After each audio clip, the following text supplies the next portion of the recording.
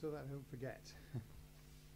This is a card for Christine, who is leaving, going to Scarborough soon, but she's done amazing work for Jamyang, so you could put a little thank you message in there, especially if you know Christine. That would be great.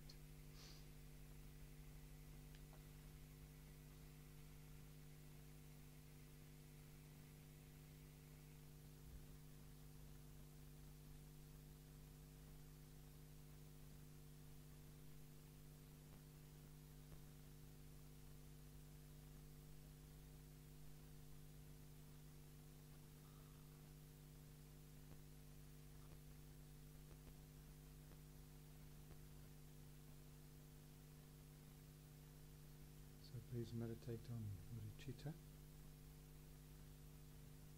whether you want to do Tonglen or different meditation, whatever you find beneficial. And do about 10 minutes. So let's really try to connect with the reality of what bodhicitta means to you.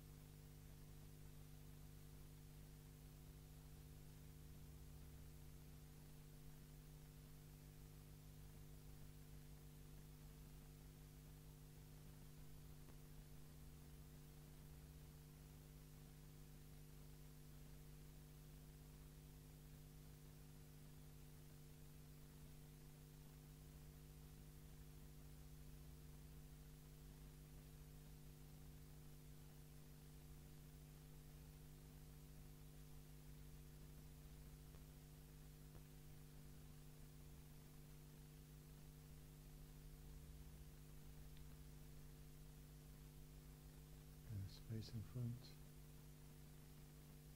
Visualize Guru Shakyamuni Buddha, a radiant golden body of light.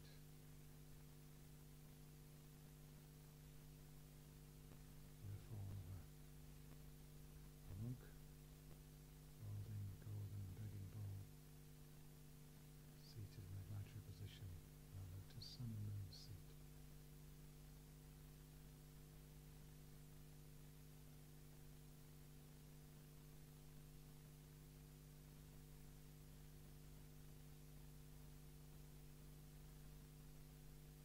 Embodiment of the conventional and ultimate mind of bodhicitta, limitless compassion, universal perfect wisdom,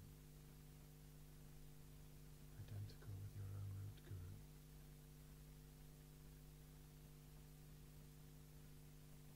Surrounded by a great assembly of bodhisattvas, arhats, learned monks, holy beings.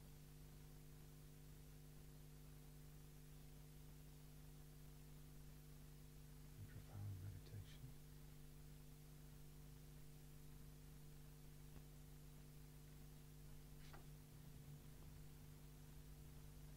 Recite the Heart Sutra.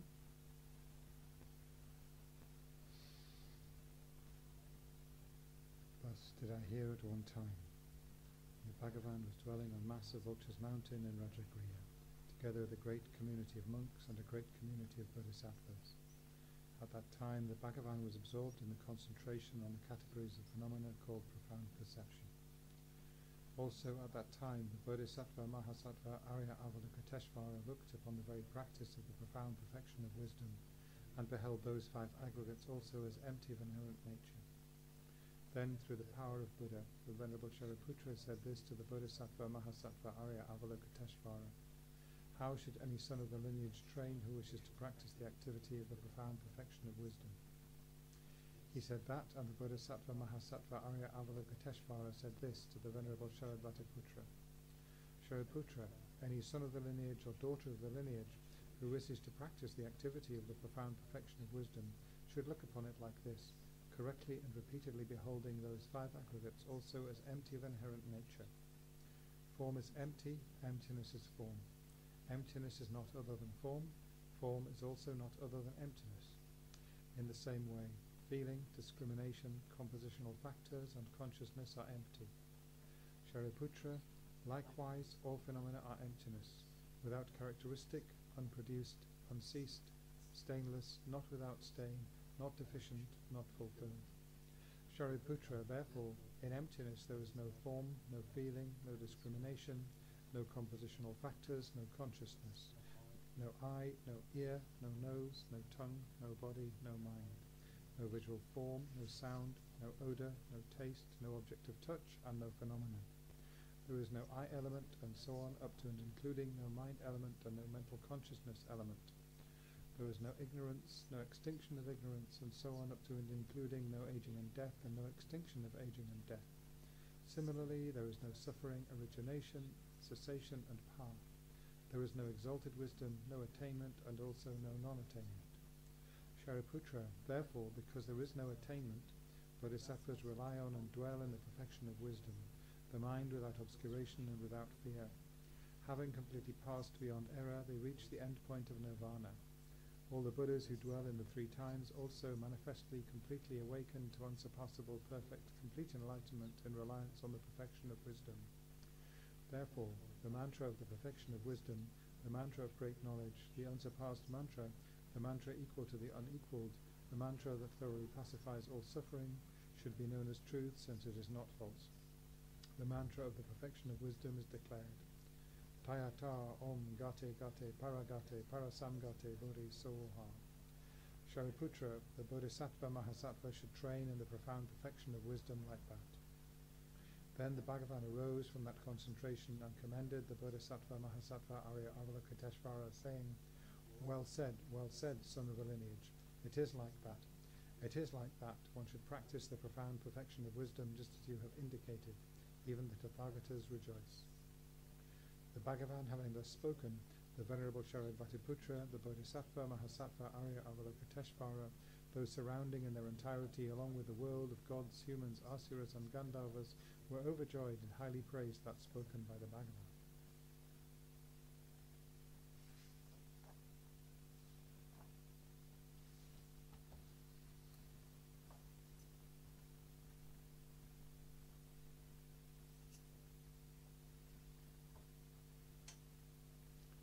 Generate a vivid sense of the actual presence of Guru Shakyamuni Buddha in front of you.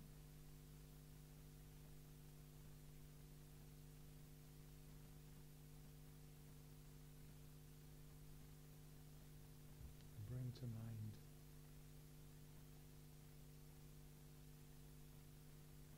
bodhicitta as you've just been meditating on it.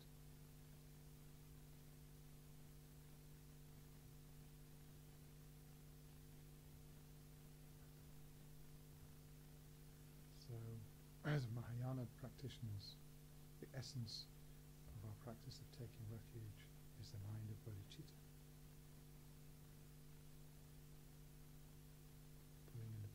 Putting into practice the teachings of the Mahayana Dharma out of the motivation to attain enlightenment, not for ourselves, but in order to protect all beings from suffering.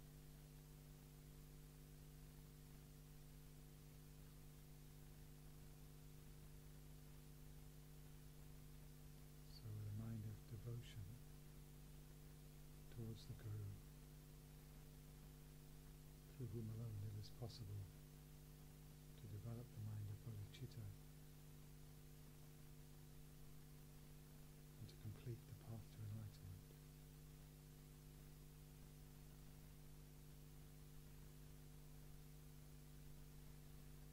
We recite the refuge and bodhicitta prayer. Sanghi churang soki chonam jang chu padu dagni kam suche dagi chunyan gi te sonam gi drola penche sangye drupa sangye churang soki chonam jang chu padu dagni kam suche dagi chunyan gi te sonam gi Drola penche sangye rupa sangye chedang soki chonam jang chu padu dagni kyam suche dagi chenyan gi te sonam gi drola penche sangye rupa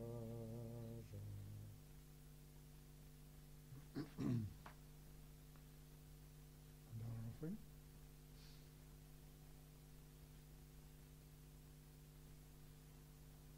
Sajipati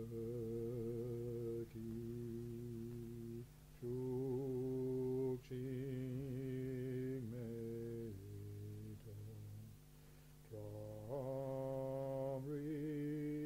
Rabli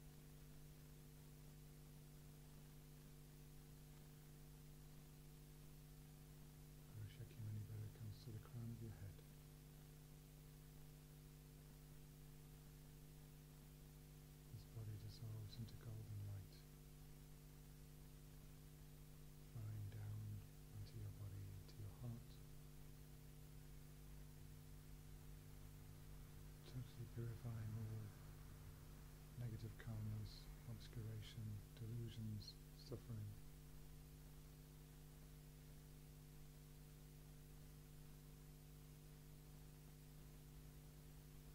Your mind becomes one with the holy mind, Guru Shakyamuni Buddha.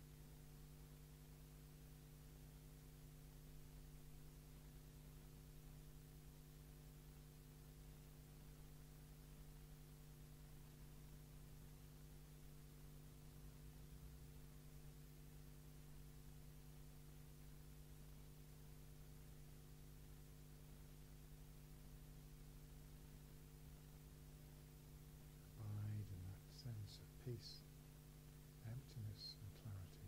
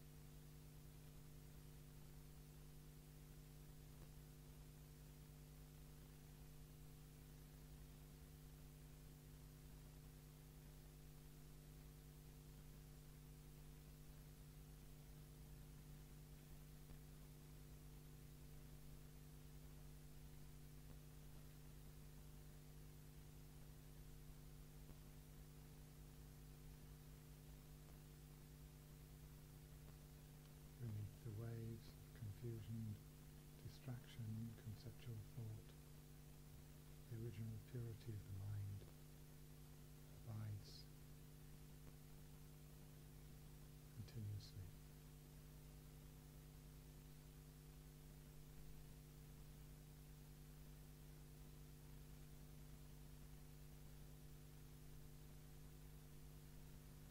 All that is needed is to turn our attention towards it.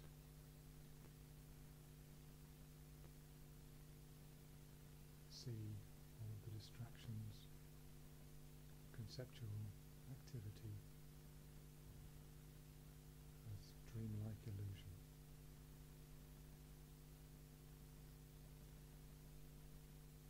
Images appearing in an empty mirror. The mind itself is that mirror.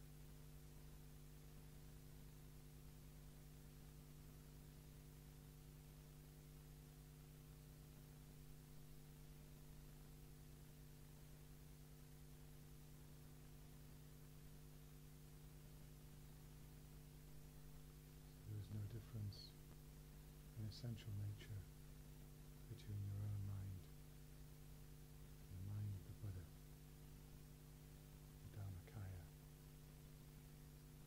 the fundamental innate mind of clear light.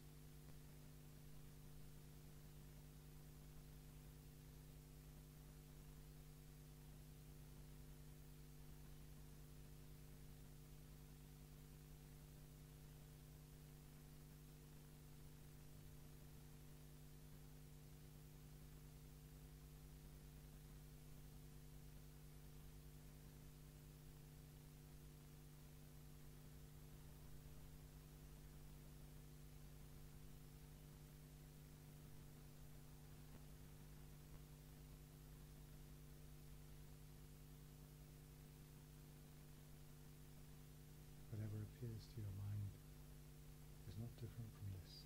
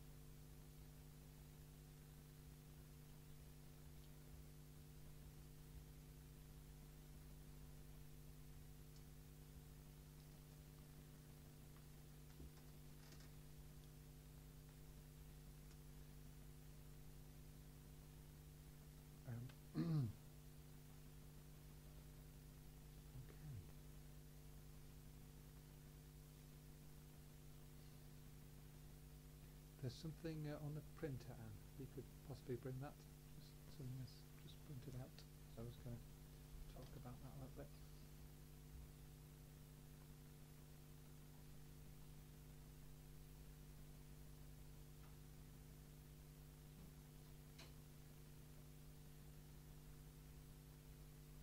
Give me a clue. There's nothing on the printer. I'll have a look. Is it the bits on paper on the desk? It may, Fiona may have put it on the desk. Is it? Yeah. What does There's it? lots of bits of paper on the desk. What is it? Well, there's about 10 pages, and it says practicing the 5 powers at the time of death.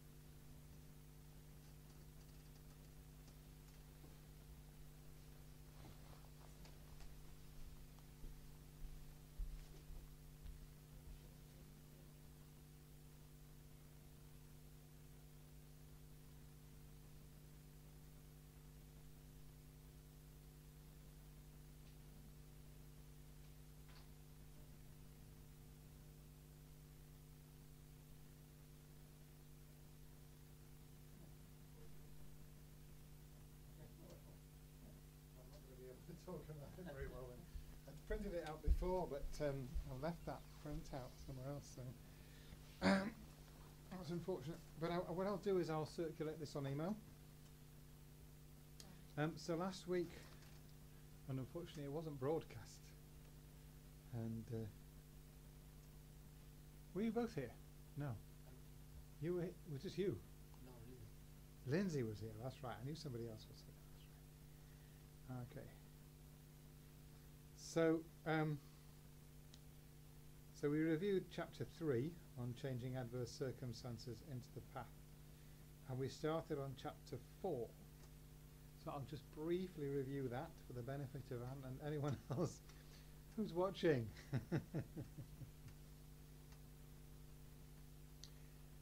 So chapter 4 is entitled Elucidating a Lifetime's Practice, and the root text says, gather together the abridged quintessence of this advice. Blend the practice of one life with the 5 forces. So this is I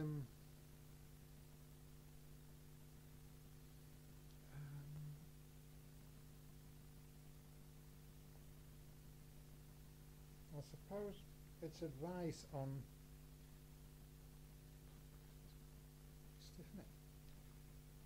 advice on how we need to think in order to make the most of this this practice of the mind training practice, and in terms of these 5 forces or 5 powers. So these are very useful to think about. It's like these are the factors, these are the things that make our practice effective. So this text from Lama Zopa, there are two sections in this chapter. One is on the general practice of the 5 powers, and then there's a slightly special version of it for the time of death. So we should remember these 5 powers in the kind of the general way that it's taught as much of the time as we can, whenever we can in our lives.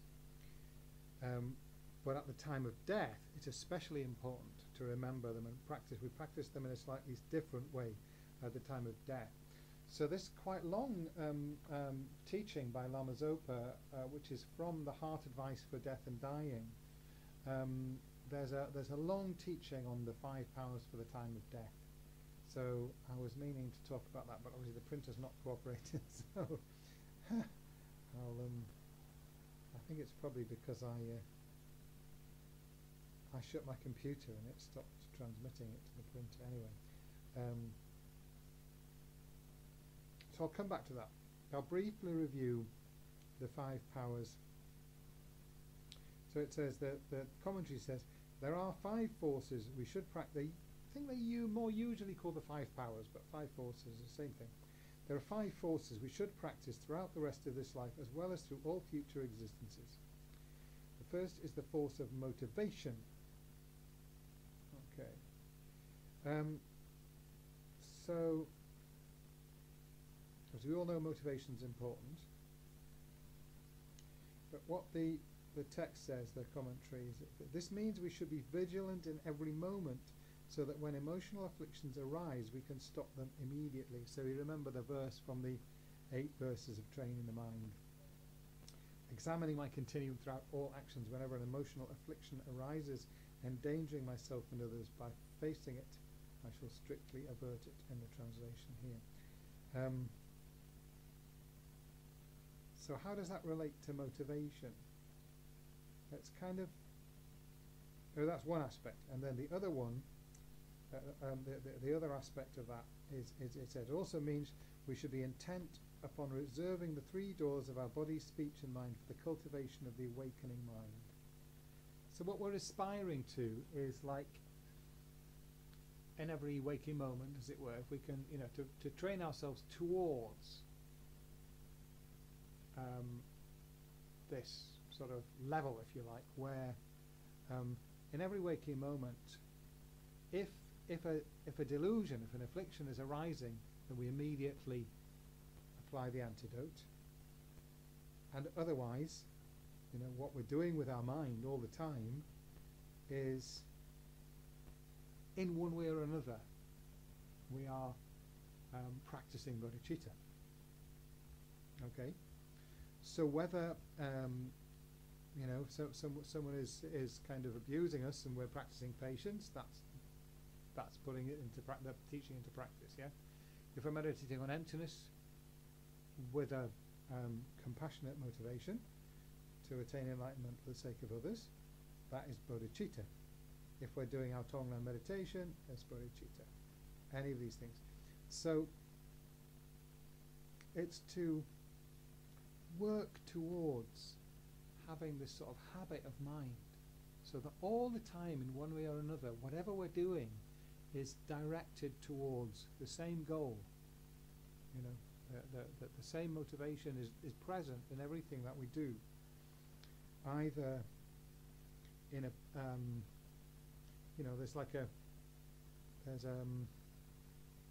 there's 2 sides to it. There's whenever something that is contradicting bodhicitta arises in our mind, we apply the antidote. And then whenever that's not happening, then we do something positive, which is an aspect of bodhicitta. So bodhicitta has a limitless aspect, all of the 6 perfections, all of the kind of divisions of the 6 perfections, every interaction that we have with another sentient being, we can be practicing one aspect or another of bodhicitta, isn't it? So so the essence of the teaching there is, we don't just do that first thing in the morning, or we don't just do that when somebody kind of says something unpleasant to us and we suddenly remember, oh yes, now I can practice patience. We do it all the time. Everything that we do is kind of coloured by bodhicitta, so that motivation is present in everything that we do. So when we achieve that, the goal of that aspect of the practice, if you like, so that whatever we do in every moment, bodhicitta is behind it, bodhicitta is the motivation, then you have become a bodhisattva. So, if we're not quite there yet, don't despair. But the more we practice, this should be kind of the aspiration that's in our mind, that in some form or other, bodhicitta is influencing everything that we do. So the second power, or force, the force of acquaintance. With this we become, and this is very similar, we become accustomed to the awakening mind so that we're always conscious of our higher aims. So it's really just the force of habit. You know, so the more we practice, the more, I mean, it's been explained here in terms of a practice that we do, but it is also these 5 powers are the results of our practice, you know. So through practicing repeatedly, it becomes natural that everything we do is motivated by bodhicitta.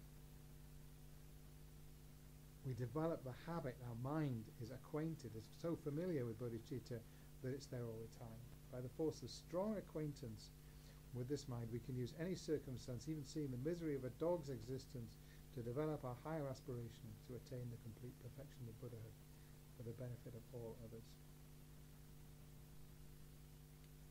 The third power or force is the force of the white seed, and this refers to merit, positive karma that we create, in particular through merit arising from bodhicitta. With this force, and so again, 2 aspects, you know. So it's saying we should work to create an accumulation of merit. We should work to create as much positive karma as we can. And it's also saying that whatever that amount of merit, the positive karma that we have created, there's that much power in our mind to enable us to accomplish the goal. So with this force we cultivate the seed of the awakening mind within us if it has not yet arisen, and we nourish and develop it if it already has. If all our actions are directed towards this, they contribute towards its development. So this merit can become extremely powerful, you know, and we need to, in order to attain enlightenment, it's said that we need to create an enormous amount of merit, really enormous amount. So we have to really work at this, and of course the more we work at it, the more power we have to create more. It's kind of like, you know, when you're making your first million, it's very difficult, but then making the second million is really easy. So think of it like that, you know.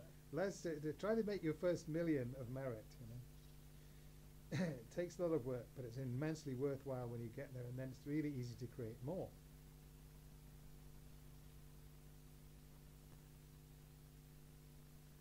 The fourth power is the power of destruction. It's called here.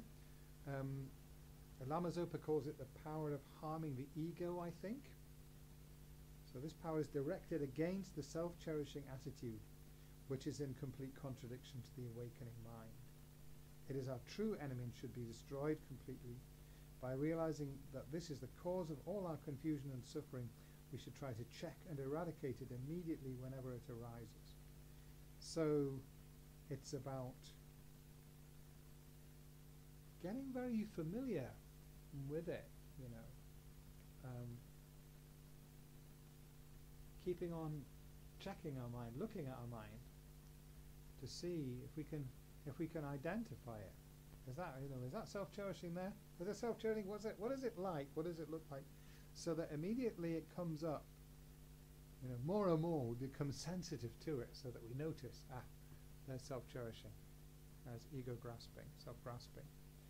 I mean, I think it applies to both self-cherishing and self-grasping, which, I mean, you know the technical difference between them, but obviously they're very, very closely connected. But it especially emphasizes self-cherishing here. I remember Lama Zopa saying, you know, our problem is that we don't hate the self-grasping mind enough. So he was talking about self-grasping. He was talking about in connection with the practice of emptiness, but they're very connected. So what do you do when it arises then? when self-cherishing arises, well, there's many different sort of it depends, I suppose, in what form, because it can arise in many forms. You know, it could be attachment, it could be pride, it could be jealousy, it could be anger, any of the delusions, you know, it's there. So if it's one of those more specifically, then they each have their own antidotes. But generally, the antidote is to meditate on cherishing others, isn't it? Like the opposite of self-cherishing is cherishing others. So when we notice, oh, you know, I'm sort of, I'm having a selfish thought here. I'm going to avoid helping this person because it would be a bit inconvenient and troublesome. No, think about it. Look at it from their point of view. Enter into that person's world. How do they feel? And see it from their perspective. Or you know, you can do Tonglen, or you can just, you know, immediately think, how would I want to be treated if I was in this person's position? Simply whatever you can do that reverses that, just because self-cherishing is very much about cutting myself off from everybody else, isn't it? It's like, I'm just going to look after me, and I'm going to kind of turn a blind eye to everyone else's problem. So when I notice that's arising, then I have to, you know, contradict that thought and say, okay, what about this person's problem? What can I do about it? As long as there isn't anything I can do, you know. Sometimes actually it's true. There's nothing helpful I can do in terms of an outward action, but always I can meditate on compassion, loving kindness. You know, always I can think about. To me, it's exchanging self for others is like, it's standing in someone else's shoes, looking at the world from their point of view. How is this affecting me if I was them, you know? Whereas all the time I'm just thinking, well, how does this affect me? Let's who said that? Let's take the broad view. How does this affect me? If I always think like that, then I just cut myself off more and more, and I become isolated, and that's.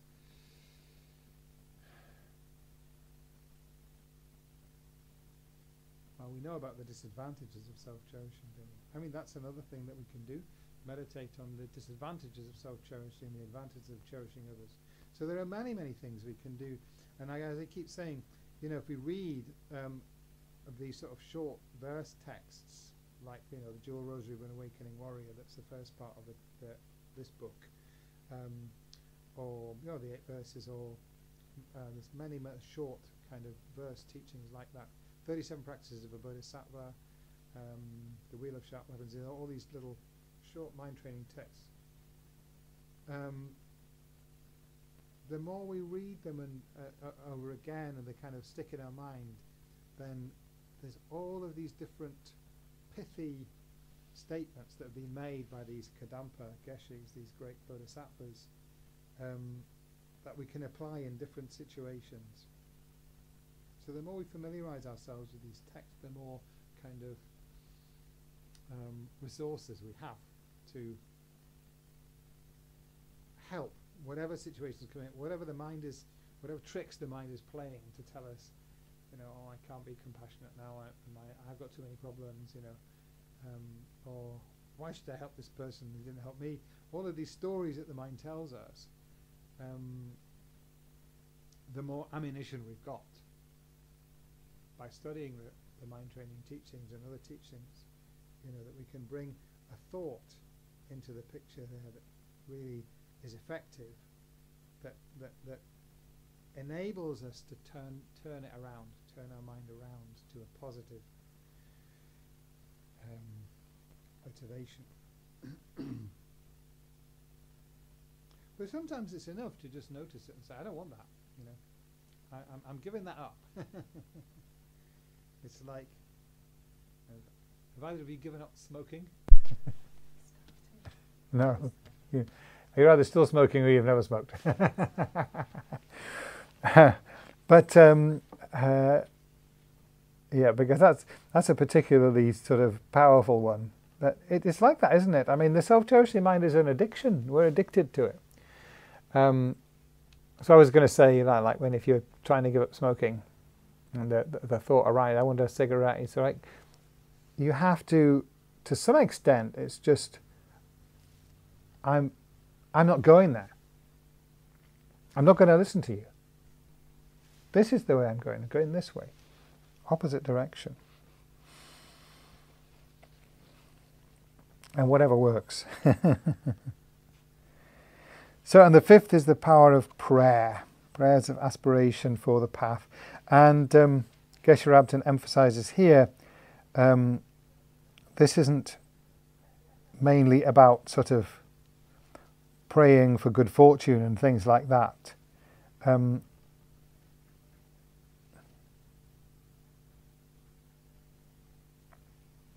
say that, but it does say that somewhere, I'm sure. But the point is to pray to be able to continue on the path, to pray to be able to continue practicing bodhicitta.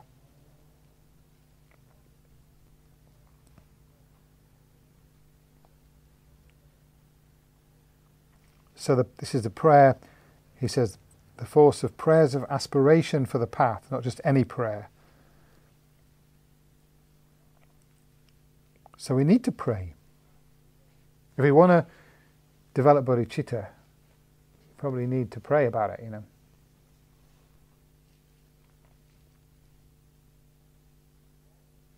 Some people have difficulty with prayer.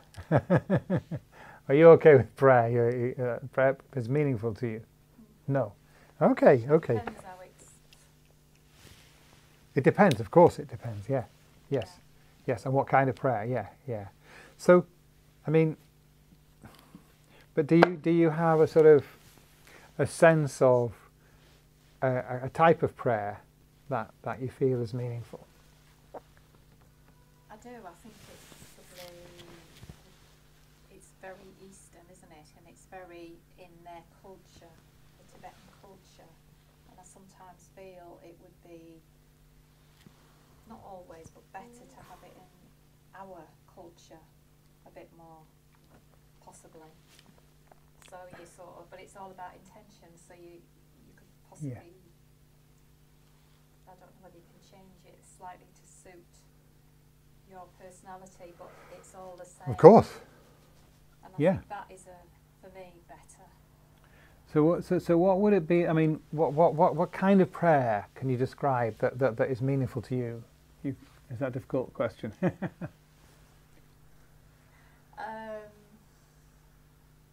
If you're doing the Vajrasattva practice, right, then sometimes reading through it, I find it easier putting it into your own words. Right. Not always, but... I mean, for example, what? David! What I'm trying to get is, you know, like, because people have different ideas about what prayer is. Okay. What is prayer to you? Prayer is about intention. Yes. The work that I do and the situation I'm in at the moment with my dad, who is very, very ill. Yeah. And I've been doing this for a long while. I don't know whether it's right, but it feels right. Yes. Is the Chenrezi. And you do all Chenrezi on the top of your head. right. It's a very shortened version, and it's in with creating bodhicitta, and you go on your merry way, and Chenrezi is with you all the time. Okay. And it does make it. I found it does make quite a difference, and you sort of in that sort of say the right things and the best way to treat people for them, not for you. And it's using your own words, and I find that works incredibly well. Whether it's the right thing to do or not, I haven't got a clue. So when you talk about intention, so here it's an intention. It's intention to act in a kind and compassionate way. Is that right? Yeah, but you've got Chenrezi with you. Yes. Above your head. That's what I do anyway. Yes. And he's there, and he's giving blessings to everybody you meet. Yeah. And also blessings to me to Yes. help me Yes. act in the best way for other people. Sure.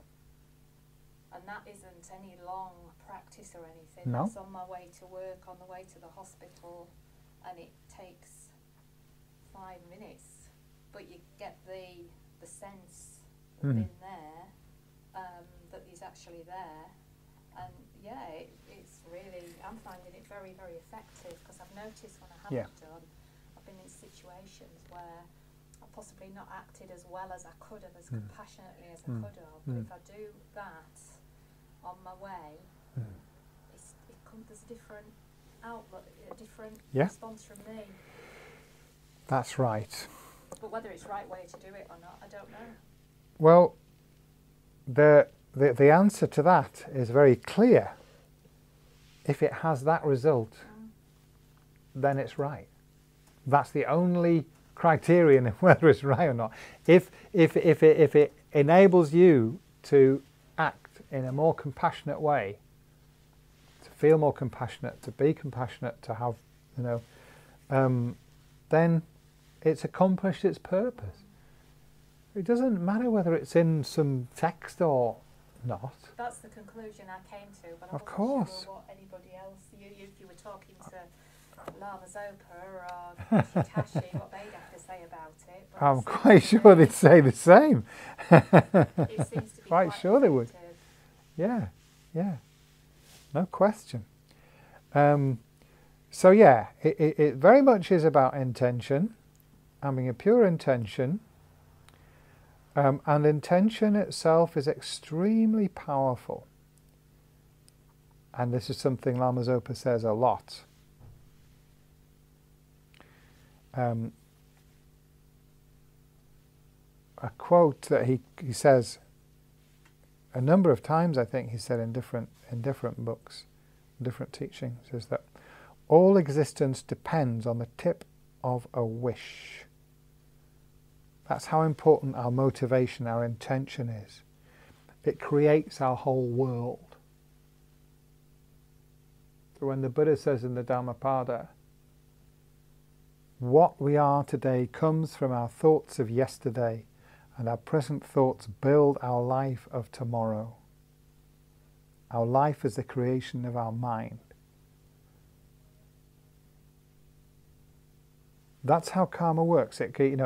Karma is intention by definition. Actually, when the word karma means action, but the actual in terms of Buddhist philosophy, the karma itself is that there's many parts to an action, but an action begins with an intention, mental factor intention, and that is technically the karma. That is what creates the result, positive or negative. So when we talk about prayer, generally speaking, of course, then there'll be all the other, the action will then manifest in words or a physical action or whatever. With prayer, we just work with intention, and intention by itself has power, as you see. You create you create a pure wish. For someone to be cured, to be healed of a sickness, it can sometimes have that result. It's not guaranteed, it's dependent on many factors, because karma is very complex. So it depends on your karmic connection. You have a very strong karmic connection with your dad, so your prayers can be very powerful, they can be very effective, they can help him, whether he lives or dies is in the hands of his own karma. He'll die. Okay. Problems, and that happens to everybody, doesn't but it? how he dies can be very much influenced by, and the mind, as somebody's reaching the end of their life, during life, if your body is strong and healthy, there's a kind of, the force of karma of that rebirth is kind of carrying you along. But towards the end of your life, the connection between the mind and the body is getting weaker. And the mind is moving towards the subtle state, and therefore it becomes more receptive to the energy of prayer. So at this time, your prayers can be particularly powerful for your dad. It's very important to do those prayers. And you can see, I think, and the sort of, the prevalent Western worldview would see it as superstitious to think that just by having those kind of thoughts, you can influence somebody. But that is very much the experience of thousands of years of Buddhism, and it's being now it's beginning to be actually scientifically researched, and there's quite a lot of evidence about that. So how it works, maybe we don't know, but it has to do with the fact that our minds are not as separate from each other as we think they are. But here, so prayer can accomplish many things, but here what it's talking about is prayer, intention, aspiration for myself to be able to practice purely Mahayana practice, to develop a selfless mind, to develop bodhicitta, to develop wisdom, to develop compassion, to be able to progress along the path. So those prayers, although, I'm making prayers for myself, the result is to do with me, but this is not a prayer that is based on self-cherishing. It's obviously the opposite. So that is what's being emphasized here, because these 5 are the things that enable our practice to be effective and powerful. So we need to think about these 5 aspects. Okay. So this is the 5 powers or the 5 forces during the present life. Question? Yeah. Yes, please. Yeah. It looks like this first 4. Yeah. Motivation, Acquaintance. acquaintance, one seed, and destruction. Yeah. Really talk about one practice. Yes. Kind of 4 aspects of one practice. Yeah. I would say that all 5 are. I would say. I mean, yes, all 5. But the 5th is more specific. Pray. Yeah. And the other 4 look maybe look more like trying to practice in every single moment, in every instant. Yes. So because I got confused trying to understand the difference. What's the difference? Okay. If you look It depends. It more depends. like Yeah. different aspects of the same practice. Yeah. It depends kind of what perspective you're looking at it from. I mean, I think, if you look at it in terms of what we have to do, they're very, very similar. But another way to look at it is that these are the 5 factors that make our practice effective and powerful. So if we look at it in that way, it's like, strong motivation, acquaintance, familiarity that makes the bodhicitta arise naturally. Merit, that if we've accumulated a lot of merit, then our practice is effective. So look at it in that way, it's maybe easier to see how, I think all of these, in a way, there's only one practice. Isn't there? There's only one practice, which is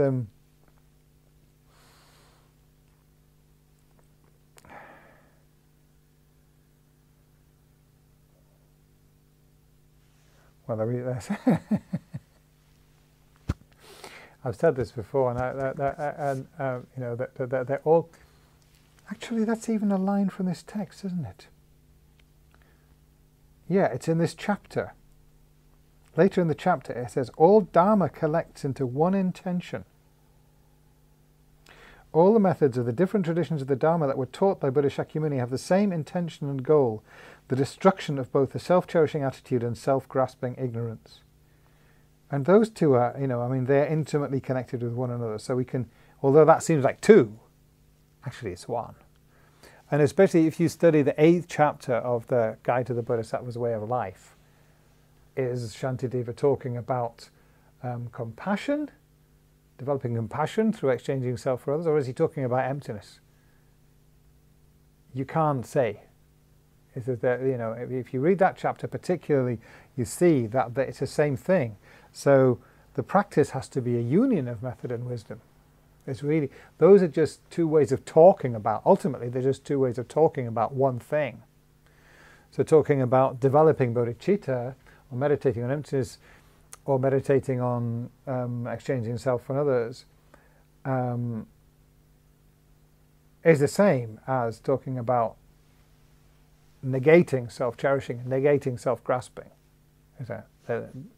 Yeah, you can speak about it as a negation of a negation, or as a positive. Yeah, and it's sometimes one way of speaking about it is more helpful, but it's really the same thing. Yeah,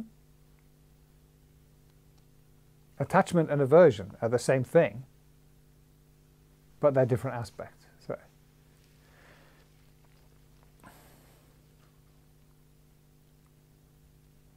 So you can see, like, if you wanted to talk about what will make my practice of bodhicitta powerful and effective, motivation, acquaintance, white seed, merit, opposing the opposing the ego, and aspirational prayer, they're so intimately connected. You can say they're all really the same, but it's just distinguishing different aspects. Okay.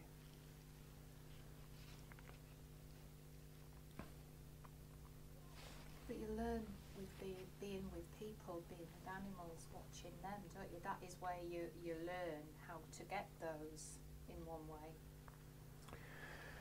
Yes, I mean, of course. You're mindful and you're aware, and you're aware of how other people are.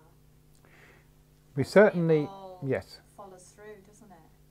Yeah, I mean, of course, we can use our interaction, our relationship with people, animals, other living beings to develop those qualities. We can also do it in solitary retreat, because we've already had a lot of experience of interacting, haven't we?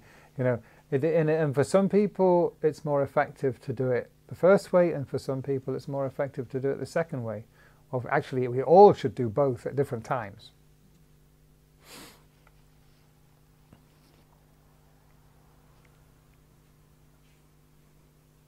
So again, you know, very much is characteristic of the Lojong teachings is to use everything as an opportunity for the same practice, really.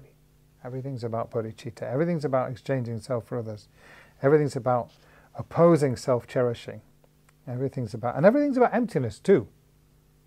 It's also in there, you know. Because it is self-grasping that creates the self-cherishing, that creates the negative action.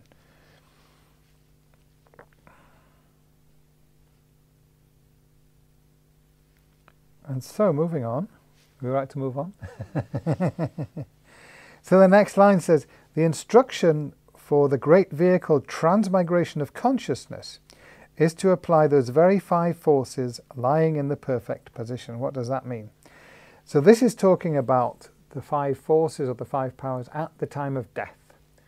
And when it says transmigration of consciousness, that is referring to the POA, transference of consciousness, which normally, you know, the usual kind of form in which that's taught is a visualization meditation. So this is something you practice so that at the time of death you have some control of where your consciousness goes. So if you have developed sort of some meditative awareness and mindfulness, and of course everything like refuge and, you know, good motivation, etc., other Dharma qualities, then when you if you have fortunate karma, you know, then during the death process you're able to remember, you know, something that you've practiced. You practice this over and over again, and you meditate is a visualization practice where you propel your consciousness up through your central channel and out through the crown of your head and up into the Pure Land. This is what's generally known as POA, transference of consciousness. And it's one of the 6 yogas of Naropa. But here, it's not referring to that. This is an alternative way of sending your consciousness to the Pure Land at the time of death.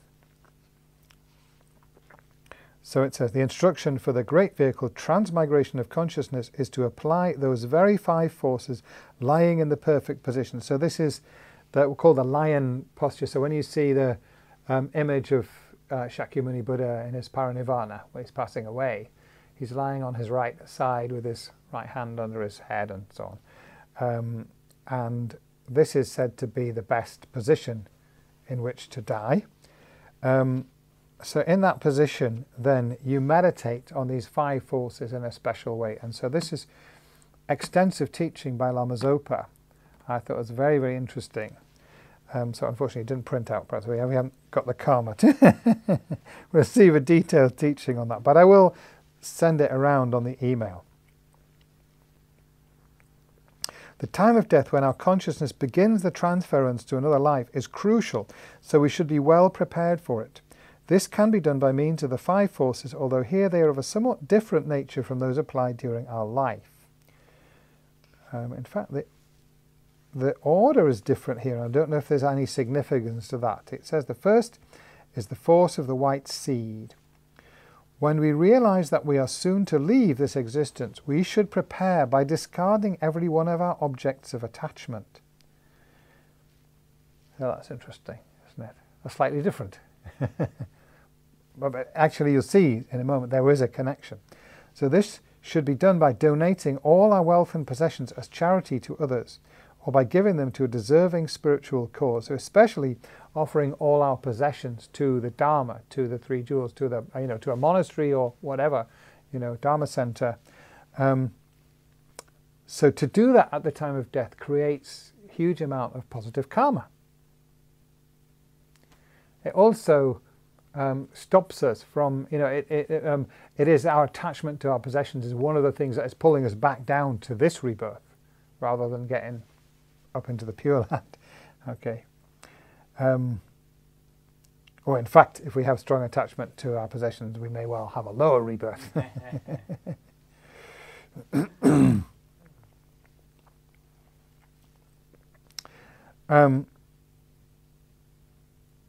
So 2 things there, that it's creating a lot of positive karma, and it's also cutting the attachment, which is dragging us back down. With the force of prayers of aspiration, we should make offerings to the 3 supreme jewels and our spiritual master.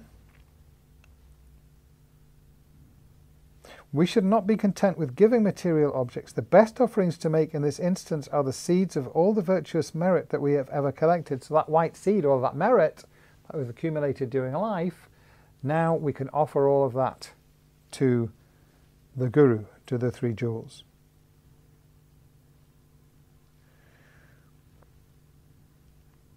So this is here the force of prayers of aspiration. When we make such offerings, they should be conjoined with a prayer such as the following aspiration for the path. Now and at all times through my death, the intermediate stage, the next and all subsequent incarnations, bless me never to be apart from this practice. May I always be guided by true spiritual teachers who repeatedly lead me to cultivate the awakening mind. So it is the same. Yeah, it's the aspiration specifically to be able to continue on the Bodhisattva path. And so we've accumulated all of this merit. And so by offering it to the 3 jewels and the Guru, is dedicating all of that merit to that positive result. So whenever we dedicate, at the end of the teaching, we dedicate all the merit to be able to attain enlightenment for the sake of others, isn't it? For our bodhicitta to continue to grow, but not just in this life, but also through the bardo, through the next life, and all our future lives. The more we pray like that, the more we're not going to fall away from the spiritual path. This is the worst disaster that can happen to us. If we're practicing the Mahayana Dharma, the worst thing that can happen is that we lose our bodhicitta. So here we're making a very, very powerful karmic intention that will protect us from ever falling away from the practice. So if we remember to do that, if we're able, and of course to be able to do that at the time of death, we have to prepare. We have to start doing the work now. We have to make the prayer now. May I, at the time of death, remember to dedicate all my merit to the Guru and make prayers to continue on the path. And then that will happen.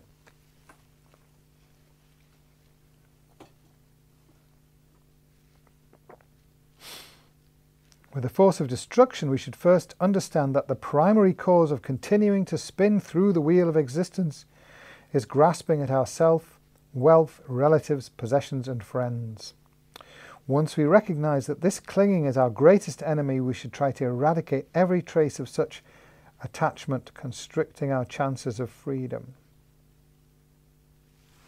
Just trying to remember what Lama Zopa said about this. I mean, it's very powerful.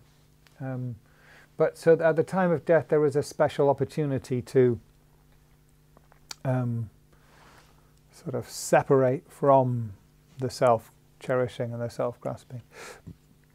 Because we have to accept that we are leaving this body that we're attached to. You might as well accept it. It's going to go. We're leaving this identity, of this person that we kind of identify with, his personality and habits and our environment and our possessions and everything that we think makes up our present identity. We know that's going. So, and our mind during our life is quite strongly bound to that. But as I was saying before, when we come towards a death, if we die a sudden violent death, if we kind of hit by a car suddenly when we're in perfect health, then at the time of death, that strong connection between the mind and the physical body and the circumstances of our life and our temporary identity is very strong. So we're liable to be reborn in a similar situation in a similar body, depending on our karma, But if we're dying a more natural death, then the mind is kind of separating more gradually from that identity. So it's easier, actually, at that time to give up self-grasping and self-cherishing. And especially, again, if we've prepared and we've practiced during life with that intention. So in the tantric practices, we rehearse death over and over again. Actually, you can do that. You don't have to be practicing tantra. You can do it anyway. You can meditate on. It's very beneficial to meditate. Imagine your own death. Unless it, if it terrifies you and freaks you out, maybe not so good. But if you can, recognize this is coming. So what's it going to be like? Let's kind of get familiar with it. And you can meditate on the stages of the death process. There's many books that explain what happens. And if you become in that way, through imagination, familiar with the process and think about, what am I going to do? How do I want my mind to be in that situation? Make the intention. I want to remember my Guru. I want to remember bodhicitta, whatever. Then that then is likely to happen. And the more we've done it, the more likely that will happen.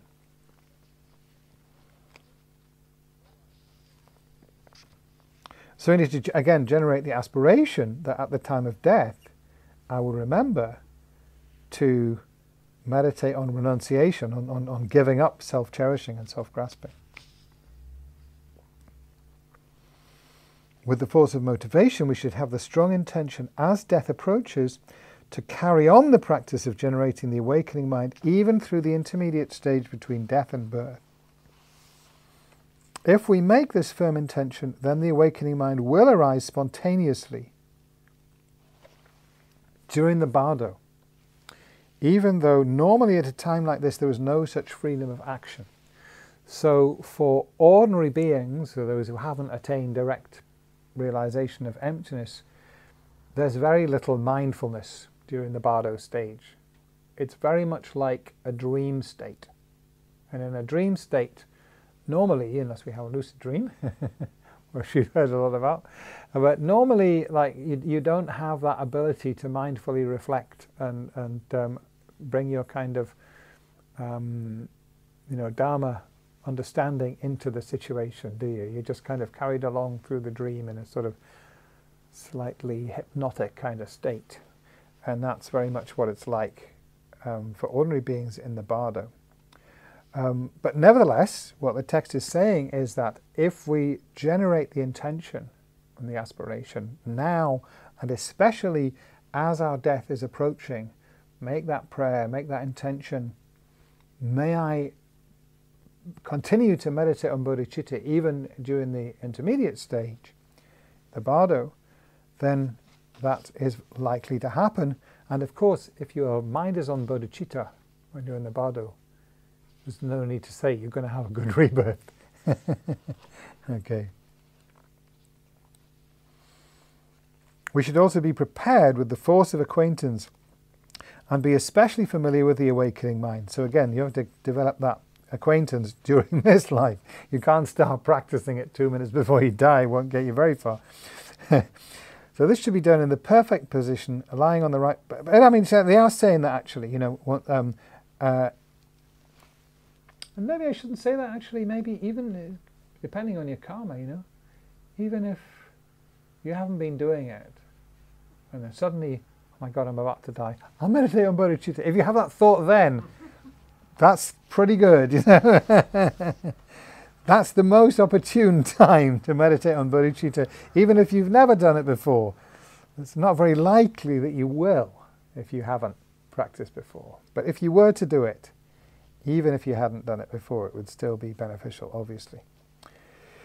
So this should be done in the perfect position, lying on the right side with the cheek supported in the right palm and the ring finger closing the right nostril. There you go. Then, while we are still breathing, we should practice giving and taking instead of wasting our breath, our last breath. Alternatively, we can meditate on emptiness, the ultimate awakening mind. So either of those, whichever of those we do is meditating on bodhicitta, isn't it? So that emptiness, ultimate bodhicitta. Giving and taking, Tonglen, is a conventional bodhicitta motivation. By reflecting the true nature of all that exists, both inner and outer phenomena, is the emptiness of true, substantial self-existence. Even if things still appear to our senses in a wrong way, we should consider that ultimately they are empty of this false manner of appearance.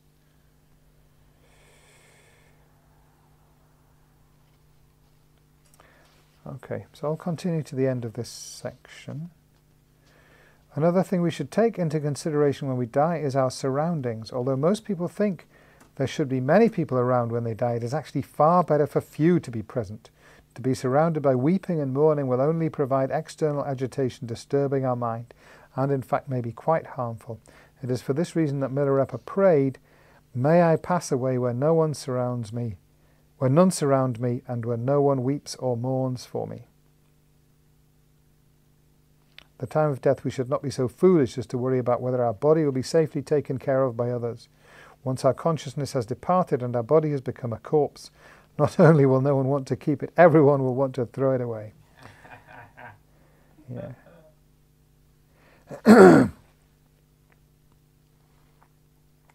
So this kind of like worldly concern, isn't it? Are people going to mourn? Are people going to be upset when I die? You know, it's like as if that would be tragic if they didn't. Well, how does it benefit you?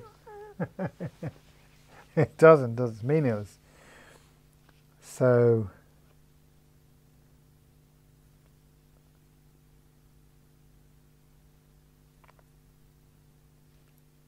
about letting go. And people have all kinds of sort of attachments to, you know, what's supposed to happen when I die. But from this perspective, it's absurd, isn't it? It's like we're going somewhere else. Whatever's left behind is like it's irrelevant. The only thing to be concerned about is, have I left behind some benefit to anybody?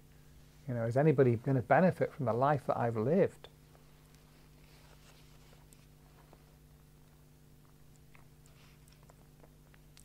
If we pass from this life in a state of mind strengthened by the 5 forces and these preparations, it is certain that we shall have a fortunate and advantageous rebirth. Certain. We can be certain.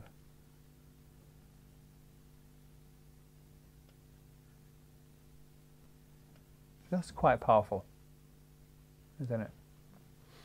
Not only that we'll be born in a kind of nice, comfortable sort of situation, but even more important, we will definitely have the opportunity and the ability and the motivation to continue practicing the Dharma. That's the most important. Thus, we can practice the transference of consciousness alone instead of depending on the assistance of a spiritual master. So often this poa practice, it doesn't have to be done just by the dying person. If it's a highly realized lama, they can practice the poa on behalf of the dying person. So they can actually use the power of their meditation to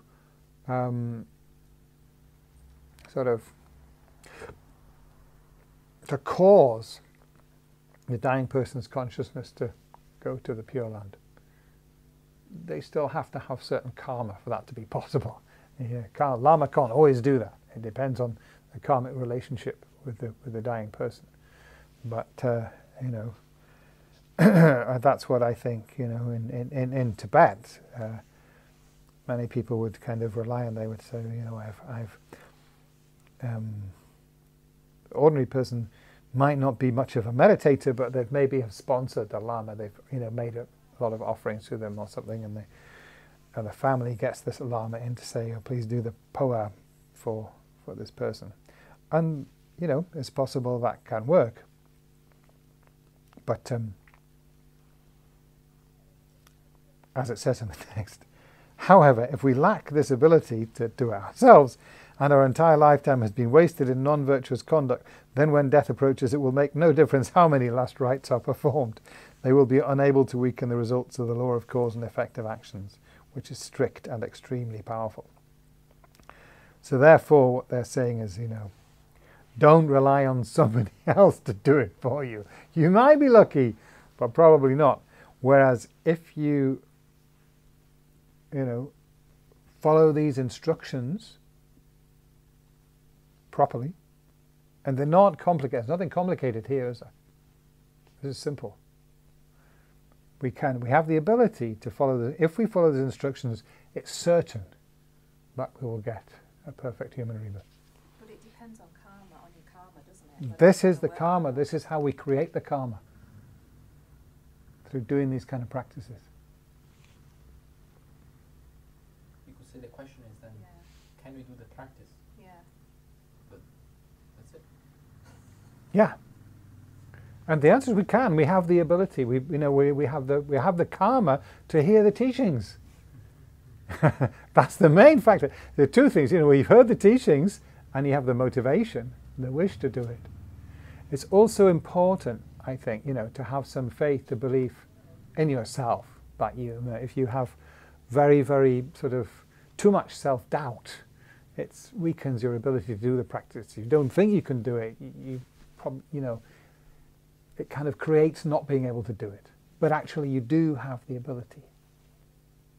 You do. And it's not, the only thing that's difficult is kind of remembering to do it every day, keeping on it. We keep forgetting. We keep kind of falling asleep and, oh my God, I've gone into self-cherishing, not been mindful, I've acted negatively, I need to do some purification, need to get back on the horse, do it again, practice some more, strengthen the habit. This is the power of acquaintance. Yeah? Through the power of acquaintance, by doing it over and over again, it becomes second nature. We don't even have to try it. We wake up in the morning and the first thought is bodhicitta. That's what we want to create. Because if that happens, then when we die, the first thought will be bodhicitta. When we're in the bardo, without any mindfulness, but our mind is kind of going on autopilot, but it's bodhicitta there, because we planted the seed for that to happen. So then, you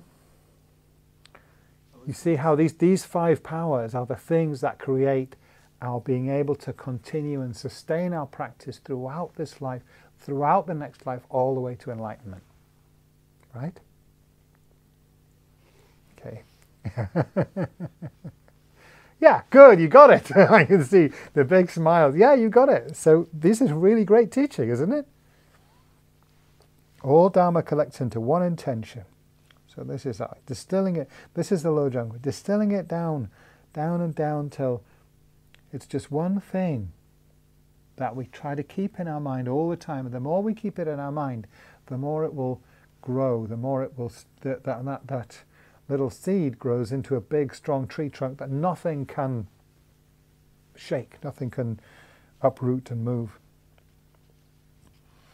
Maybe regarding the bardo? Pardon? Regarding the bardo? Yes. I think I read somewhere that the bardo is very similar to dream state. To dream state, yes, exactly, yeah. Maybe even without going to lucid dreams, but just remembering the dreams we have, Yes. we can have a check. How is it going? Yeah, sure, very much. Absolutely, yeah. And, Although dreams are, that's interpreting what dreams mean can be quite subtle. So you could have a dream that seems rather negative and might not be. It's not always the case. Sometimes it can be quite subtle. But yes, for sure we can. Yes, the dreams do tell us something about like the underlying state of our mind, which is what will manifest in the bardo. Yeah.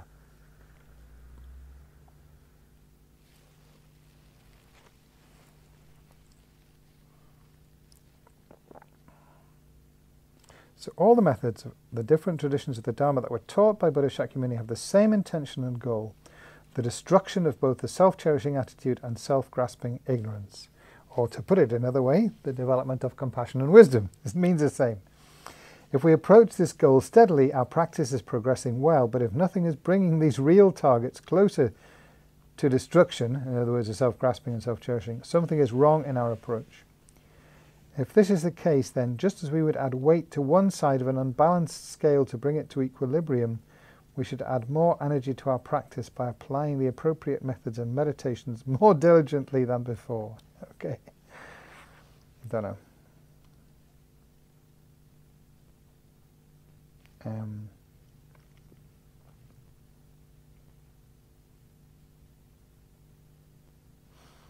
I mean, this is difficult sometimes, isn't it? It seems like sometimes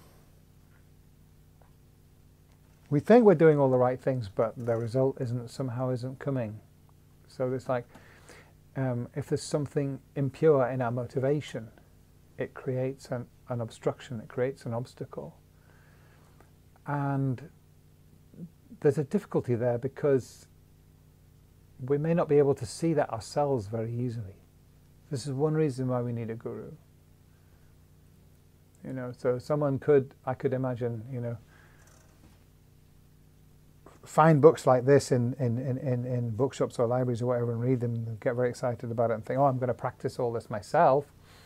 There doesn't seem to be no Buddhist teacher in town. And there's like a risk, a possibility that the ego is still sort of very actively in there, Everything's being sort of converted into food for the ego. So this is Chogyam Trungpa wrote the famous book, Cutting Through Spiritual Materialism. We can make all of these things food for our ego. And the great thing about having a genuine guru is that they don't allow you to do that. Personally, I find it very useful. Yeah. Paying attention on what happens if I plan to go to a teaching or Yeah. a retreat and Yeah. this doesn't happen, or there's a risk. Yes. That's very useful. Yeah. It shows up. There's little elements of ego. I mean, there can be genuine disappointment. That's Yes, but, no problem. But yeah, there can also be the grasping. Yeah. Okay.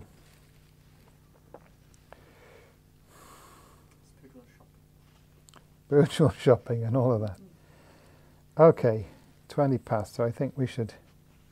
There's one more section. I'm just going to read this up. Actually, I'll be upfront with you. I haven't prepared this bit. Just see what it says. Retain the two witnesses of foremost importance. The first is the external witness of... Oh yes, other people who observe our outward behavior and appearance. If our practice is developing well, others will judge us by our actions and will easily see whether our Dharma has been taken to heart or is merely on the tip of our tongue. Great.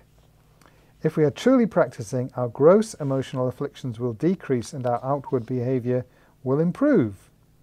However, this witness is not fully reliable because it is possible to deceive others by outwardly spouting clever words and pretending to be meditating and studying while inwardly not engaging in any practice at all.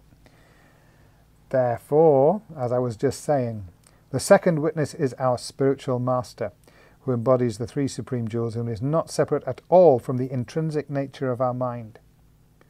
That's quite a profound statement, by the way. Did you get that? The Guru, the spiritual teacher, is not separate at all from the intrinsic nature of our mind.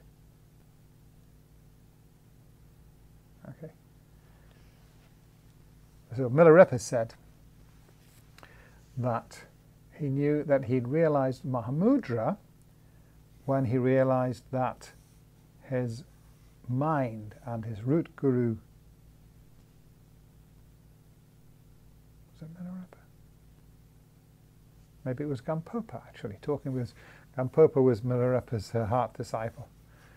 Yeah, I think it was Gampopa said, when he realized that his mind and his root Guru, Jetsun Milarepa, were one and the same, as when he realized the Mahamudra.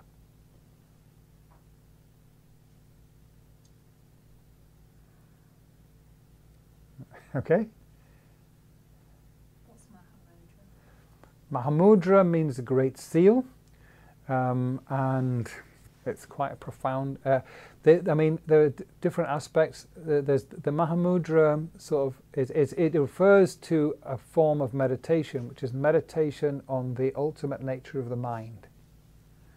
So, but it also refers to the final realization of that meditation. When you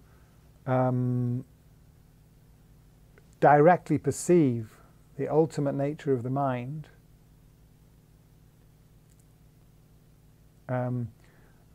there's a realization called union. So and there are different types of union, but it essentially means complete enlightenment, full enlightenment. The realization of Mahamudra is full enlightenment.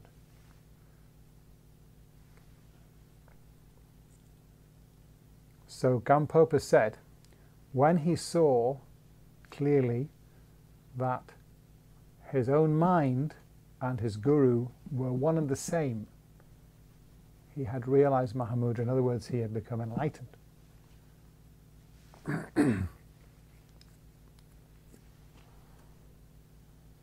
So there's something to meditate on.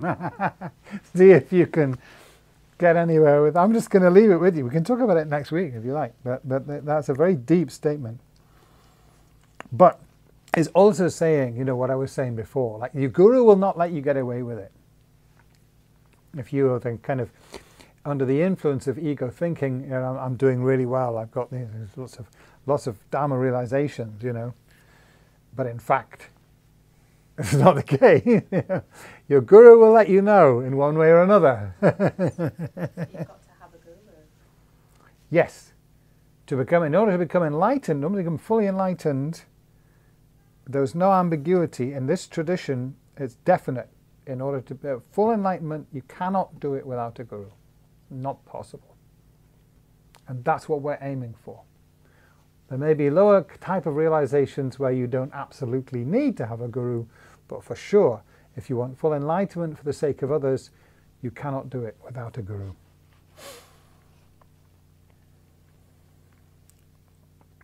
So if we are aware of this inner witness, it's called an inner witness, but it is talking about the, you know, the external Guru as well as the internal Guru. But there is the internal Guru, which is our deep mind, you know, the enlightened aspect of our mind, if you like. If we are aware of this inner witness who understands everything that is to be known, we shall realize that this witness is more strict and exact than the external one. External one there is referring to just other people in general. Okay, the first witness, the external witness, other people will let you know if whether your practice is sound or not. But it said that's not completely reliable. So the second witness is the spiritual master.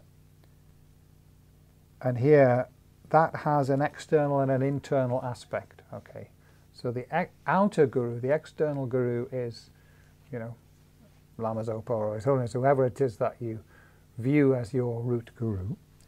The inner guru is your own innate wisdom, your own Buddha nature, which is not different from the outer guru, in fact.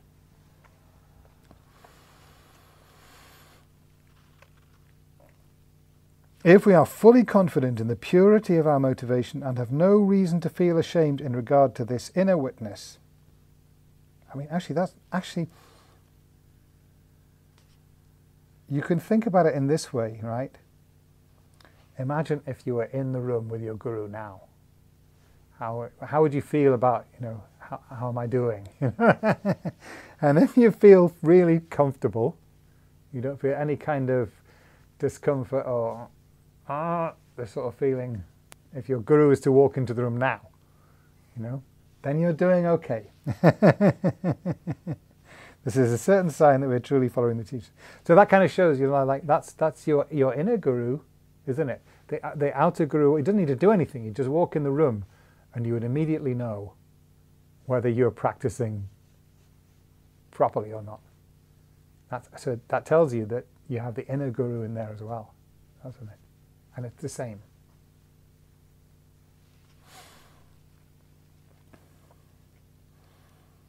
However, if our practice is superficial and we deceive others into thinking we are sincere, we shall be concerned that the outer witness will see through our pretension. In this case, we have convinced one witness, but not the most important one. Both should be present and undeceived. The most essential thing is actually to practice by applying the truth of the teachings to every aspect of our life.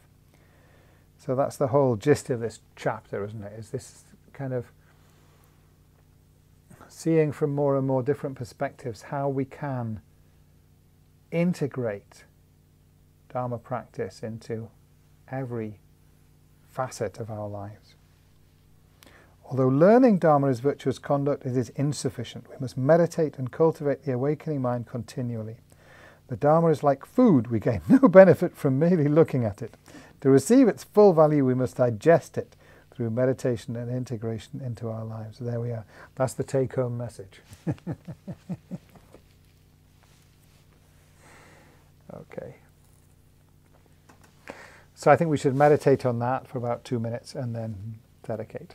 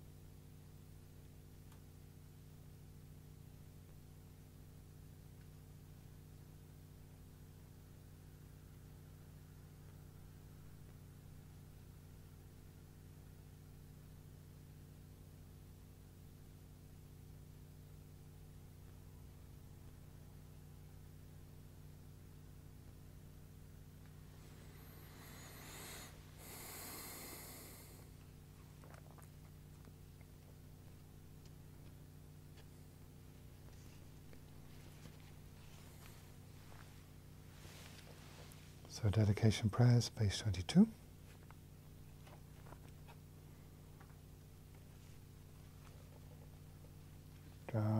Chum Sem Chuk Rinpoche Ma Ke Panam Ke Gyuji Ke Panyam Pa Me Payam Gong Ne Gong Du Pelwa Jo Ke Wadi Nyo Du Da Lama Sangye Dugyone Dowa Chikang Maripa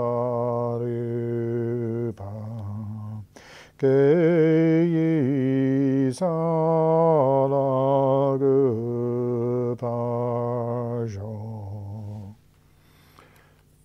Long life prayers. Tup tu chang jing jam gun gelway Tenzin kye pelway kun ze dog porze Chok sum kurway legmen tu dru Padak zog du jagan du jab ten chong Gang ri ra wei kor wei shen kam dir Brandang dewa malu jung wei ne Chen rei zi wang tenzin gyatso yi Sha pe si te bardu ten gyo chi.